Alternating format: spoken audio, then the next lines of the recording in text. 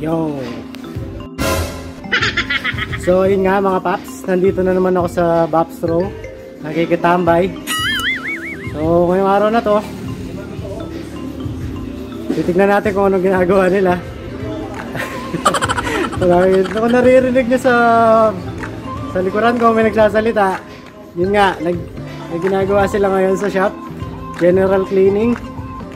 So nandito ako para mangistorbo at manggulo. Kaya tara, tingnan natin kung ano mga ginagawa nila mga paps.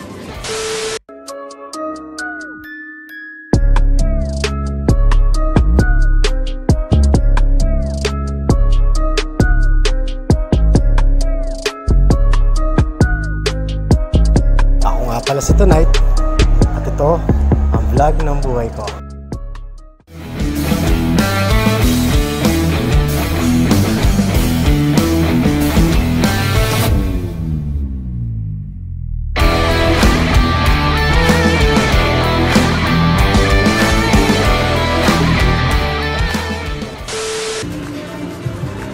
Ito nga mga paps, nasa Baps Row ako.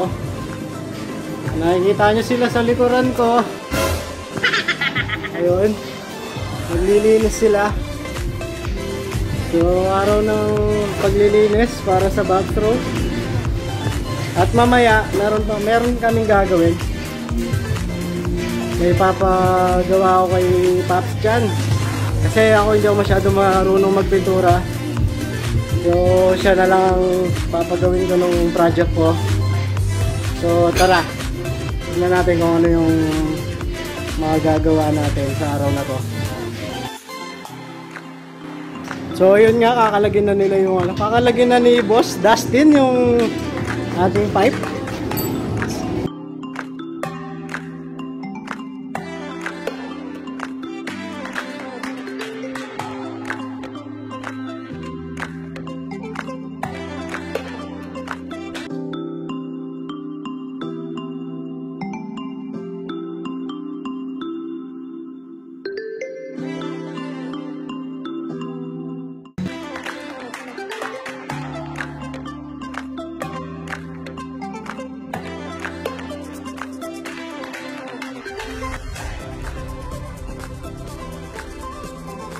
Mas bagay yata ang walang tambutso eh. What?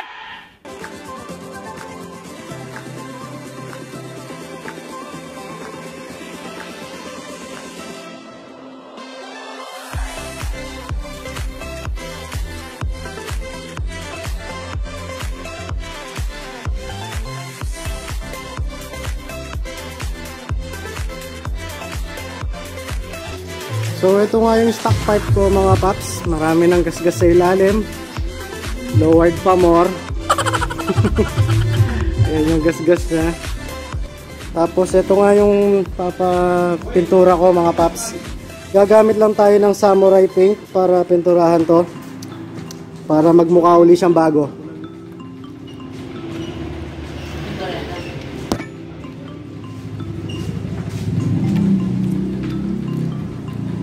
Kung nakikita nyo nga mga paps, ayan, nililinis ni Paps Dustin yung ating pipe. Dahil isa yun sa pinaka-importanting bagay na dapat nyong gawin kung may pipinturahan kayo. Take note mga paps, ulitin ko, kailangan linisin nyo muna yung pipe or any item na pipinturahan nyo bago nyo siya pinturahan. Yun nga, dahil masasayang lang yung effort nyo, pati yung pagod nyo mga paps. Sigurado ako dyan, masasayang lang yung effort nyo pag nagpintura kayo ng item na madumi at hindi kayo masasatisfy. Sigurado ako, pakatandaan nyo yan mga paps. Ayun nga, pagkatapos nyang linisin yan at banlawan, ibibilad natin yan para matuyo. At pag natuyo, doon na natin start yung pagpipintura mga paps. So ayun nga mga paps, idadami na rin natin yung pipe ng Mio. Dahil sigurado marami namang matitira doon sa pintura. Kaya pipinturahan na rin natin yung stock na pipe ng Mio ni Boss Chan. Kaya kasalukuyan ng kinakalag nung professional mekaniko nila dito. Nagtatago mga kaibigan.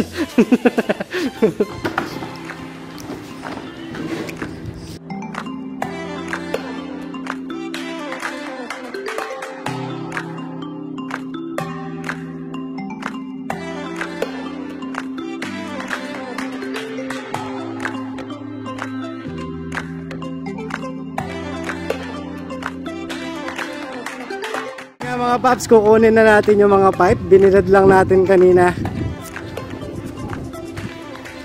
Kita nyo naman, talagang tirik yung araw mga paps. Kaya ito, tuyo-tuyo na sigurado to. Ito pa mga pipe.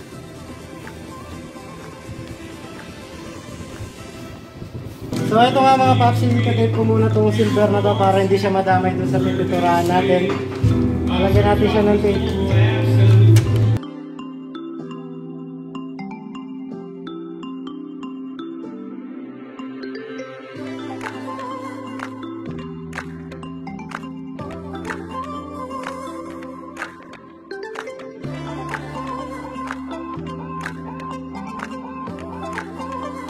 Ano yung magpinta-pinta pa mo?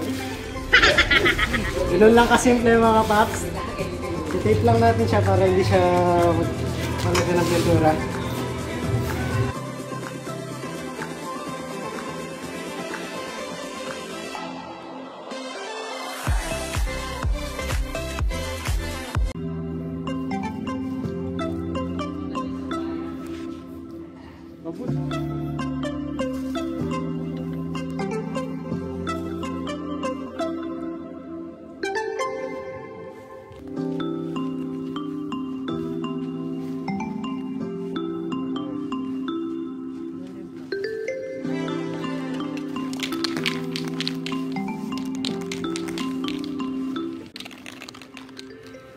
Ito na. Ito na mga paps. Ito na yung pinakamasakit talaga. Yung oras ng pagpipintura. Dahil kung nakikita nyo mga paps, nakabilad tayo ngayon. Sa katulad natin na dark skin. Advantage nga sa atin to. Hindi ko alam kung advantage nga ba, pero masakit to mga paps. Tandaan nyo yan. Yung alam nyo yung pakiramdam na maitim ka na tapos nabibilad ka pa. Sobrang sakit mga paps. Pero kailangan natin gawin to dahil ito yung pinakamagandang oras or panahon para magpintura. Dahil maganda yung panahon, mainit. So tiis-tiis lang talaga mga paps, samahan natin si Paps Chan. Kung nakikita nyo nga siya, ayan, inuumpisahan niya na. Yan yung first coating mga paps, yan yung unang layer ng pagpipintura natin. So pagkatapos ng first coating, syempre papatuyuin natin yan, tapos doon natin gagawin ulit yung second coating. Kaya abang-abang lang mga paps, samahan natin si Paps Christian sa kanyang pagpipintura. Tignan natin kung paano yung tamang pagpipintura ng pipe mga paps.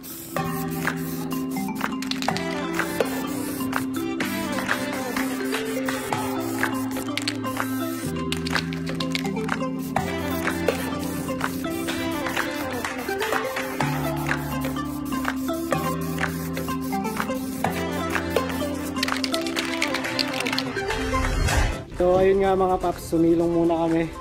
Yun nga yung first coat niya.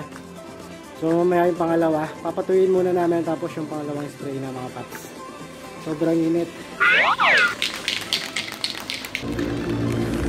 So ito na yung second coat mga paps.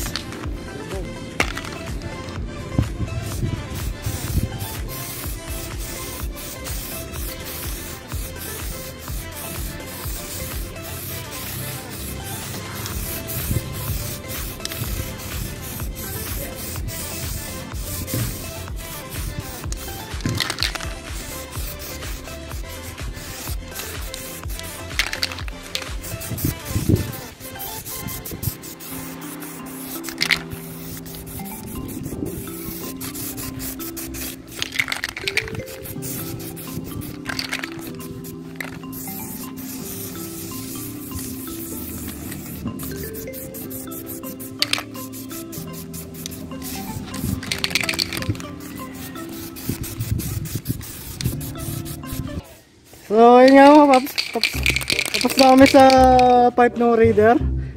Di natin alam kung aabot pa yung pintura para dito sa pipe ng Sporty, pero pagkakasyahin natin mga paps.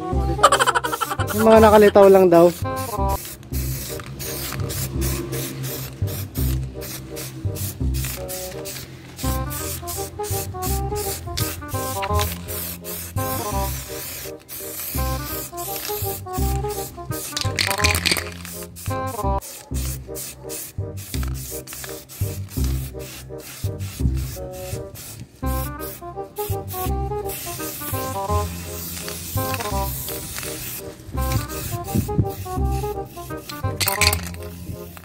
Ayun na nga mga Yun lang mga paps. Ubus na yung laman.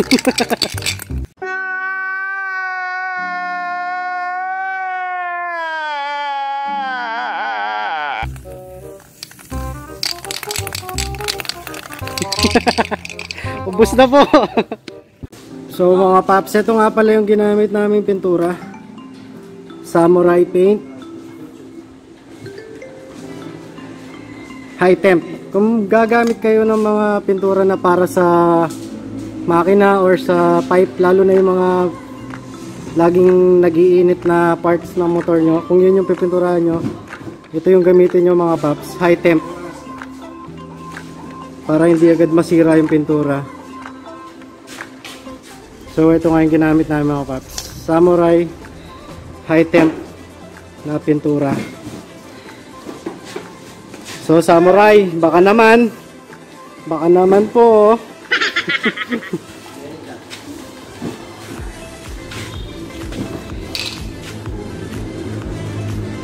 So ayun nga mga paps, habang hinihintay nating matuyo yung pipe, balikan natin yung mga nagje-general cleaning. Juni boy. Yan po, tinutuloy na naman po nila yung general cleaning mga paps.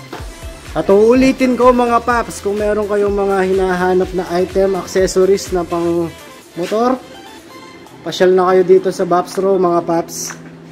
Baka nandito ang hinahanap nyo.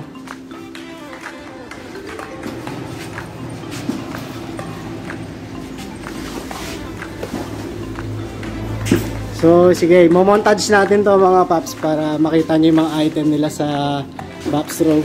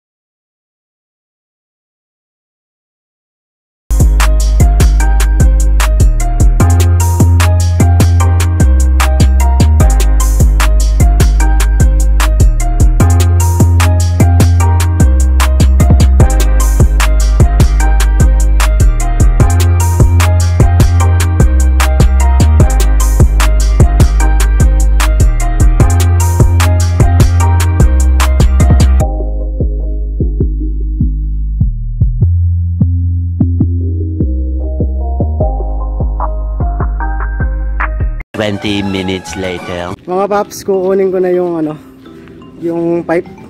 Sigurado tuyo na to. Kaya ibabalik na natin.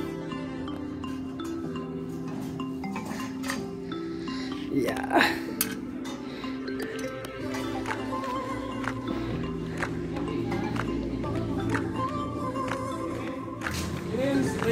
Ito na nga yung pipe ngayon mga paps. Napinturahan na natin siya ng Samurai. Ibabalik na natin siya ngayon sa Raider natin.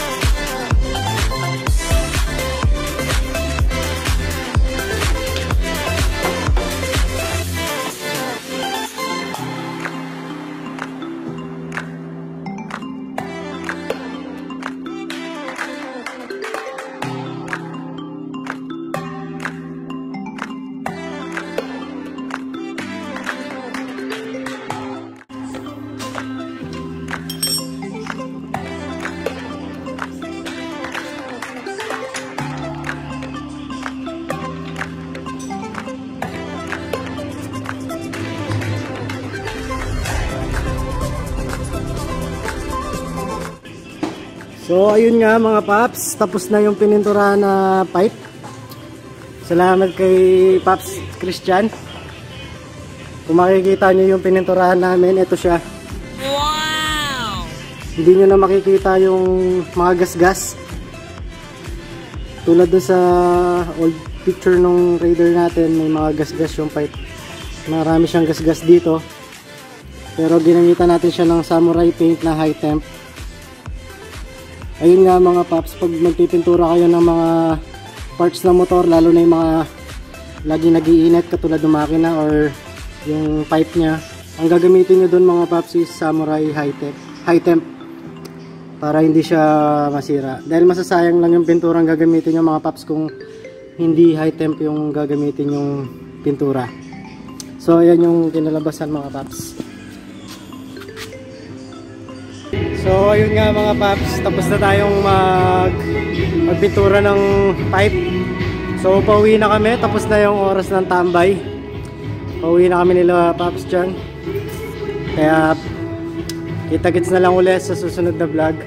Salamat sa lahat ng mga sumusuporta sa channel. Maraming salamat. So kita-kits na lang ulit sa susunod na vlog. Peace, yo!